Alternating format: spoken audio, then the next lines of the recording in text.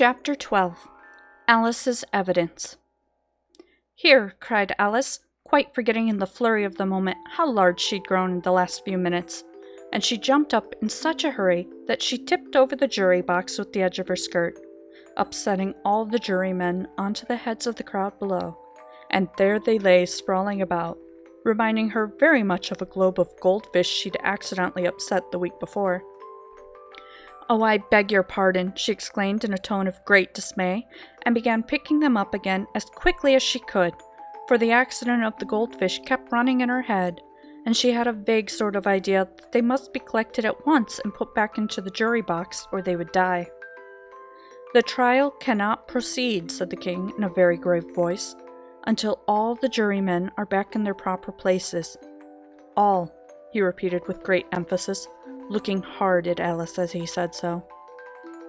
Alice looked at the jury box and saw that, in her haste, she had put the lizard in head downwards, and the poor little thing was waving its tail about in a melancholy way, being quite unable to move. She soon got it out again and put it right. "Not that it signifies much," she said to herself. "I should think it would be quite as much use in this trial one way up as the other." As soon as the jury had little recovered from the shock of being upset, and their slates and pencils had been found and handed back to them, they set to work very diligently to write out a history of the accident, all except the lizard, who seemed too much overcome to do anything but sit with its mouth open, gazing up into the roof of the court. "What do you know about this business?" the king said to Alice. "Nothing," said Alice. "Nothing whatever?" persisted the king. "Nothing whatever," said Alice. "That's very important," the king said, turning to the jury. They were just beginning to write this down on their slates when the White Rabbit interrupted. "Unimportant, your majesty means, of course," he said in a very respectful tone, but frowning and making faces at him as he spoke. "Unimportant, of course I meant," the king hastily said, and went on to himself in an undertone. "Important, unimportant, unimportant, important," as if he were trying which word sounded best. Some of the jury wrote it down important, and some unimportant. Alice could see this as she was near enough to look over their slates, but it doesn't matter a bit, she said to herself. At this moment, the king, who had been for some time busily writing in his notebook, called out, "Silence!" and read out from his book, "Rule 42. All persons more than a mile high to leave the court." Everybody looked at Alice. "I'm not a mile high," said Alice. "You are," said the king. "Nearly 2 miles high," added the queen. "Well, I shan't go at any rate," said Alice. "Besides, that's not a regular rule. You invented it just now." "It's the oldest rule in the book," said the king. "Then it ought to be number 1, said Alice. The king turned pale and shut his notebook hastily.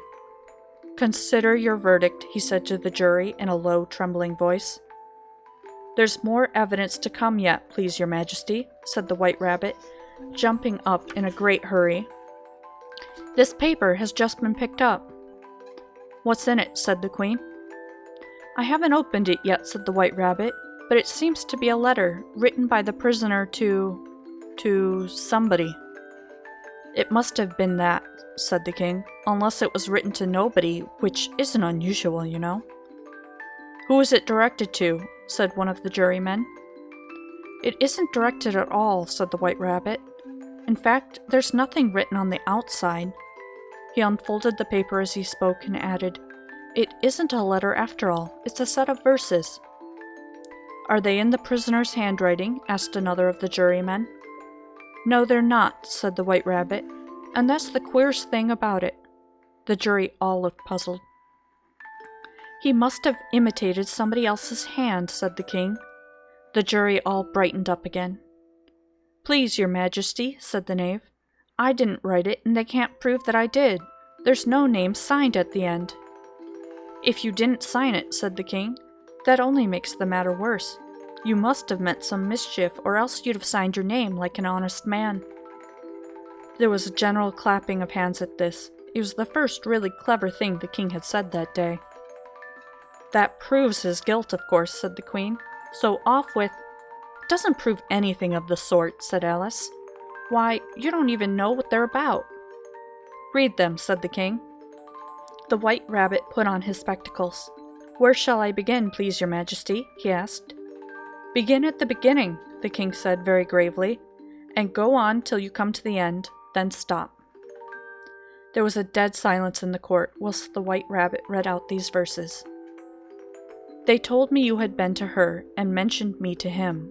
She gave me a good character, but said I could not swim. He sent them word I had not gone, we know it to be true. If she should push the matter on, what would become of you? I gave her 1, they gave him 2, you gave us 3 or more. They all returned from him to you, though they were mine before. If I or she should chance to be involved in this affair, he trusts to you to set them free exactly as we were. My notion was that you had been, before she had this fit, an obstacle that came between him and ourselves and it. Don't let them know she liked them best, for this must ever be a secret kept from all the rest, between yourself and me." "That's the most important piece of evidence we've heard yet," said the king, rubbing his hands. "So now let the jury—" "If any one of them can explain it," said Alice. She had grown so large in the last few minutes that she wasn't a bit afraid of interrupting him. "I'll give him a 6pence. I don't believe there's an atom of meaning in it." The jury all wrote down on their slates, "She doesn't believe there's an atom of meaning in it." But none of them attempted to explain the paper. "If there's no meaning in it," said the king, "that saves a world of trouble, you know, as we needn't try to find any. And yet, I don't know," he went on, spreading out the verses on his knee, and looking at them with one eye. "I seem to see some meaning in them after all. Said I could not swim. You can't swim, can you?" he added, turning to the knave. The knave shook his head sadly. "Do I look like it?" he said, which he certainly did not, being made entirely of cardboard. "All right, so far," said the king, and he went on muttering over the verses to himself. "We know it to be true. That's the jury, of course. If she should push the matter on, that must be the queen. What would become of you? What indeed? I gave her 1, they gave him 2. Why, that must be what he did with the tarts, you know. But it goes on.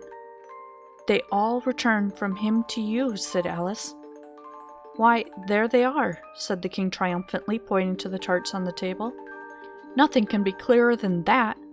Then again, before she had this fit— You never had fits, my dear, I think," he said to the queen.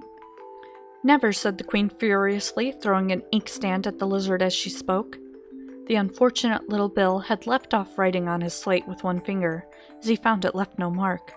But he now hastily began again, using the ink that was trickling down his face as long as it lasted. "Then the words don't fit you," said the king, looking round the court with a smile. There was a dead silence.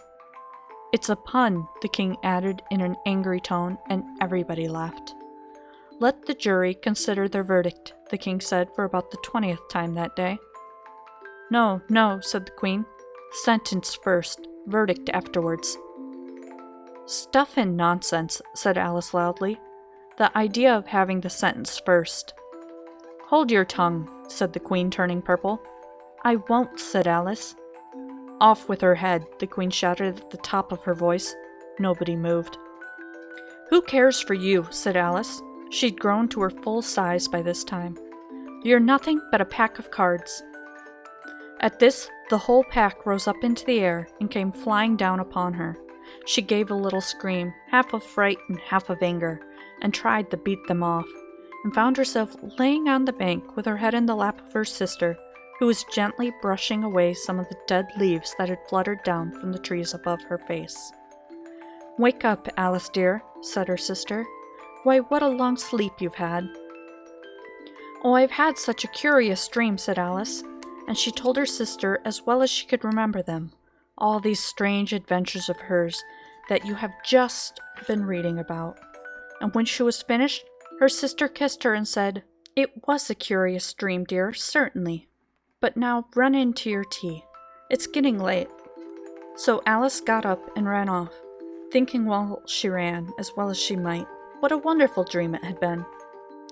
But her sister sat still just as she left her, leaning her head on her hand, watching the setting sun, and thinking of little Alice and all her wonderful adventures, till she too began dreaming after a fashion, and this was her dream.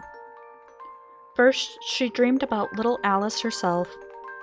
Once again, the tiny hands were clasped upon her knee, and the bright, eager eyes were looking up into hers. She could hear the very tones of her voice and see that queer little toss of her head to keep back the wandering hair that would always get into her eyes. And still as she listened, or seemed to listen, the whole place around her became alive with the strange creatures of her little sister's dream. The long grass rustled at her feet as the white rabbit hurried by. The frightened mouse splashed his way through the neighboring pool. She could hear the rattle of the teacups as the March Hare and his friends shared their never-ending meal, and the shrill voice of the Queen, ordering off her unfortunate guests to execution. Once more, the pig baby was sneezing on the Duchess's knee, while plates and dishes crashed around it. Once more, the shriek of the griffin, the squeaking of the lizard's slate pencil, and the choking of the suppressed guinea pigs filled the air, mixed up with the distant sob of the miserable mock turtle. So she sat on, with her eyes closed, and half believed herself in Wonderland, though she knew she had to but open them again and all would change to dull reality. The grass would only be rustling in the wind, and the pool rippling to the waving of the reeds. The rattling teacups would change to tinkling sheep bells, and the Queen's shrill cries to the voice of the shepherd boy. And the sneeze of the baby, the shriek of the griffin, and all the other queer noises would change, she knew, to the confused clamor of the busy farmyard, while the lowing of the cattle in the distance would take the place of the mock turtle's heavy sobs. Lastly, she pictured to herself how this same little sister of hers would, in the aftertime, be herself a grown woman, and how she would keep through all her riper years the simple and loving heart of her childhood, and how she would gather about her other little children and make their eyes bright and eager with many a strange tale, perhaps even with the dream of Wonderland of long ago, and how she would feel with all their simple sorrows and find a pleasure in all their simple joys, remembering her own child life and the happy summer days. The end.